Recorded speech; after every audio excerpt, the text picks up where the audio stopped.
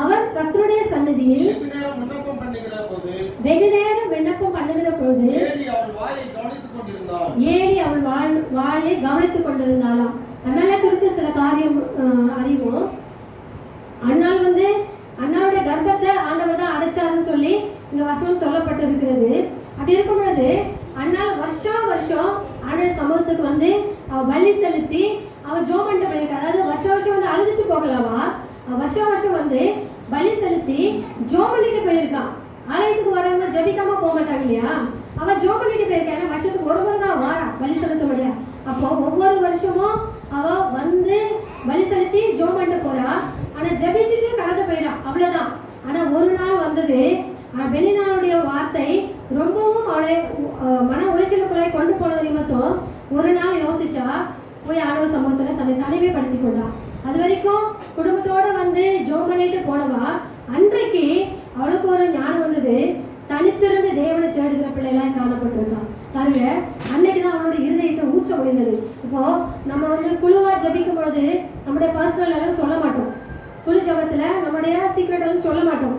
பொதுவான ஜபங்களை தான் ஏறெடுப்போம். ஆனா தனிமையில ஆண்டவரோட நம்ம உருவாடுகிற பொழுது இருதயத்துல உள்ளதெல்லாம் நம்ம சொல்லுவோம். ஒரு சின்ன பிள்ளை போல ஆண்டோட பேசுவோம். இந்த காரியம் சொல்லுவோம். மாறப்பட்ட காரியமா இருந்தாலும் அப்பா இப்படியெல்லாம் நெருக்கத்தில் இருக்கு, அவருக்கு தெரியாதது ஒன்றும் இல்லை. ஆனாலும் ஒரு சின்ன பிள்ளை தகப்பனத்துல பேசுறது போல நாம் தனித்திருந்து ஜபிக்கிற அந்த ஜபத்துல உண்மையில நம்மளால ஃபீல் பண்ண முடியும். அந்த ஒரு ஜபம் தான் அன்றைக்கு அண்ணாள் ஏறெடுத்தான். குடும்பத்தோட எல்கானா அடுத்து வெளிநாள் இவர்களோட அவள் ஜபித்த காரியத்தை காட்டிலும் தன்னை தனிமைப்படுத்திக் கொண்டு தேவ சமூகத்துல அவள் ஜபித்து தன் இருதயத்தெல்லாம் ஊற்றி அவள் ஜபித்தான். எப்படிப்பட்ட ஜபமாவது? வெகு நேர ஜபித்தாலாம். வார்த்தை சொல்கிறது வெகு நேரம் விண்ணப்பம் பண்ணுகிற பொழுது. அப்போ அவளுடைய ஜபத்துக்கு முடிவே இல்லை. ரொம்ப நேரம் அவள் ஜோமனிட்டே இருக்கா, ரொம்ப நேரம் அவள் ஆண்டோட பேசிட்டே இருக்கா, இருதயத்தெல்லாம் ஊற்றிக்கொண்டே இருக்கிறா. பாருங்க, ஆண்டவர் கேட்கல நான் உனக்கு ஒரு தீர்க்கதரிசியா கொடுக்க போறேன் அப்படின்னு ஆண்டவர் சொல்லல. அவன் ஜெபத்துக்கு ஒரு பதில் வந்தது. வாசிப்போம். 17வது வசனம் வாசிப்போம். அதற்கு ஏலி சமாதானத்துடனே போ, நீ இஸ்ரவேலின் தேவனிடத்தில் கேட்ட உன் விண்ணப்பத்தின்படி அவர் உனக்கு கட்டளையிடுவாராக என்றான். நமக்கெல்லாம் தெரியும் அவள் அவள் இருதயத்தை ஊற்றி ஜெபித்தது நிமித்தம் சாமுவேல் என்ற தீர்க்கதரிசியை கொடுத்தார் என்று. பாருங்க, ஏலியுடைய வாயிலிருந்து வருகிற வார்த்தை உன் விண்ணப்பத்தின்படி அவர் உனக்கு கட்டளையிடுவார். அவளுடைய விண்ணப்பம் என்ன? அது வரைக்கும் ஆண்டவரே எனக்கு ஒரு பிள்ளையா கொடுங்க, எனக்கு ஒரு பிள்ளையா கொடுங்க, தனக்கானதே அவ கேட்டுக்கிட்டு இருந்தா. எனக்கு ஒரு பிள்ளையா கொடுங்க, என் கர்ப்பத்தை தரங்க. வெளிநாள் ரொம்ப கஷ்டப்படுத்துறா, என்ன ஒவ்வொரு வருஷமும் என்னை மனநோவு உண்டாக்கி கொண்டிருக்கிறா அப்படின்னு ஒவ்வொரு நாளும் ஆலயத்துக்கு அவ ஜோமனிட்டே போயிருக்கா ஒவ்வொரு வருஷமும். ஆனா அன்னைக்கு அவ ஜபிக்கிறா, நான் எனக்கு ஒரு பிள்ளையா கொடுத்தீங்கன்னா எனக்கு இல்லாதவரே உமக்கு நான் அதை தருவேன், ஒரு ஊழியக்காரனா உமக்கு நான் அதை தருவேன். அப்போ அவளுடைய ஜபம் அன்றைக்கு மாறினது. அது வரைக்கும் அவள் ஜபிக்காமல இல்லை. ஆனா அன்றைக்கு அவள் ஜபத்துல ஒரு வித்தியாசம் இருந்தது. நான் கர்த்தருக்கென்று செய்வேன், என்னுடைய அவமானம் நிந்தை நீங்கும்படியாய் நான் கர்த்தருக்கென்று அதை கொடுப்பேன்னு அவள் ஜபித்தத நிமித்தம். அதனால்தான்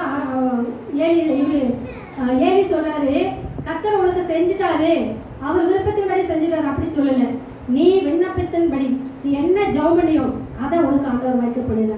அவ கேட்ட காரியம், நான் உனக்கு ஒரு பிள்ளைய தருவான்னு, எனக்கு நீங்க கொடுக்குற பிள்ளைய உமக்கு நான் தருவேனே அவ ஜெபித்தா. அவ ஜெபித்ததன் படியே ஆண்டவர் அருளி செய்தார், பிள்ளையா கொடுத்தார். அவ என்ன காரியத்தை ஜெபித்தாலோ அதை செய்கிற பிள்ளையாய் அவள் காணப்பட்டிருக்கலாம். சின்ன குழந்தையா இருக்கும் போதே, அதாவது வளர்ந்து பால் மறந்துட்டான், அந்த ஸ்டேஜில் கொண்டு போய் ஆலயத்துல சாம்பலை கொண்டு போய் விடும் பொழுது எந்த அளவுக்கு கர்த்தரை குறித்து கர்த்தருடைய வல்லமை குறித்து சாமுவேலுக்கு சொல்லியிருந்தா பாருங்க. ஏலியின் பிள்ளைகள் அவங்க 2 பேருமே ஆசாரியர்கள், ஊழியம் செய்யறாங்க. ஆனா பலி செலுத்த வருகிறவரிடத்துல அவங்க பலியை கசப்பா பாக்குறாங்க, ஆண்டவருக்கு வெறுப்பா தான் பலி செலுத்துறாங்க. அந்த அளவுக்கு ஏலியின் பிள்ளைகள் ஒரு ஆசாரியர்கள் ஊழியத்தை செய்து கொண்டிருக்காங்க. அவர்கள் மத்தியில தான் சாமுவேல் வளர்க்கப்பட்டு இருக்கிறான். அவங்க தப்பு பண்றாங்க, இந்த ஊழியக்காரங்க தப்பு பண்றாங்க, அது எல்லாருக்கும் தெரியும். ஏன்னா சாமுவேலுக்கு ஆண்டவர் சொல்லிட்டாரு, அவங்க இப்படி பண்றாங்க, நீ ஏலிக்கு சொல்லி அவங்களுடைய ஊழியத்தை எடுக்க போறேன்னு சொல்லுன்னு சொல்ல ஒரு எச்சரிப்பை சாமுவேல் மூலமே ஆண்டவர் சொல்லி இருக்கிறாரு. அப்ப அப்ப எல்லாமே சாமுவேலுக்கு தெரியும். ஆனா பாருங்க, இந்த ஊழியக்காரன் தப்பு பண்றான், இந்த ஆசாரியன் தப்பு பண்றான் அப்படின்னு அவன் பார்க்கல. அவன் பார்த்ததெல்லாம் கர்த்தரை மாத்திரம் தான் நோக்கி பார்த்தான். கர்த்தருக்கு முன்பதாய் பணிவிடை செய்கிறவனாய் இருக்கிறான் என்று சொல்லி வேதத்தில் எழுதப்பட்டிருக்கிறது.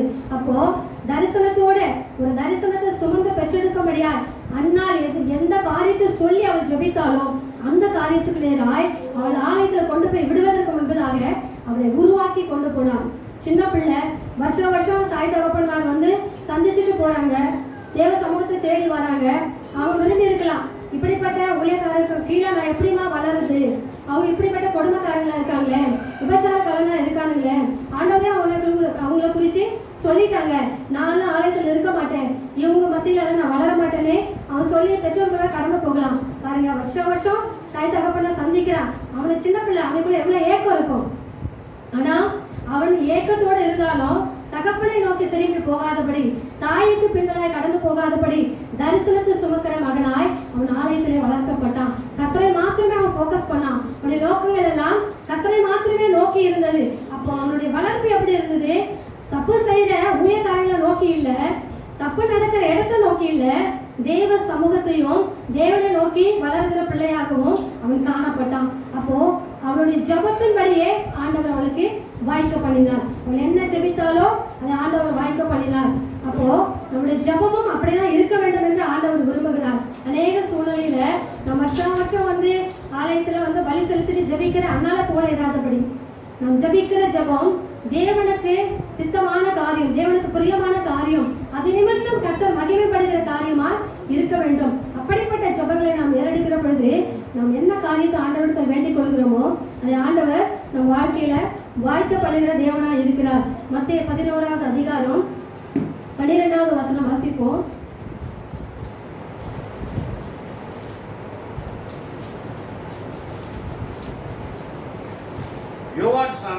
யோவான் ஸ்நானன் காலம் முதல் இதுவரைக்கும் பரலோக ராஜ்யம் பலவந்தம் பண்ணப்படுகிறது. பலவந்தம் பண்ணுகிறவர்கள் அதை பிடித்துக் கொள்கிறார்கள். பரலோக ராஜ்யத்தை பலவந்தம் பண்ணுகிறவர்கள் மாத்திரமே பிடித்துக் கொள்ள முடியும். நாம ஜபிக்கிற இந்த சாதாரண ஜபம் கிடையாது, பலவந்தமான ஒரு ஜபம் நாம் ஏறெடுக்க வேண்டும். நாம் பரலோக ராஜ்யத்தை பலவந்தம் பண்ணினால் மாத்திரமே வசனத்தின்படி நாம் பிடித்துக் கொள்வோம். அப்படி ஜபங்கள் எப்படி இருக்க வேண்டும்? பலவந்தம் பண்ணப்படுகிற ஜபமாய் மாற வேண்டும். இன்னும் நம்முடைய ஜப தீபம் ஆண்டவருக்கு முன்பதாய் எப்பொழுதும் எரிகிறதாய் காணப்பட வேண்டும். பாளையத்தை சுத்தமாக வைத்துக் கொண்டு கர்த்தர் உலாவும்படியான ஒரு வாழ்க்கை நமக்கு அவசியமா இருக்கிறது. அப்போ நம் ஜபம் எப்படி இருக்கணுமா? பலவந்தம் பண்ணப்படணும். இன்னும் அதிகமாய் ஆண்டவரோடு நெருங்கி வாழ்கிற ஒரு ஜப ஜீவியத்துக்குள்ளாய் நாம் எழும்ப வேண்டும் என்று ஆண்டவர் சொல்லி இருக்கிறார். ஆனா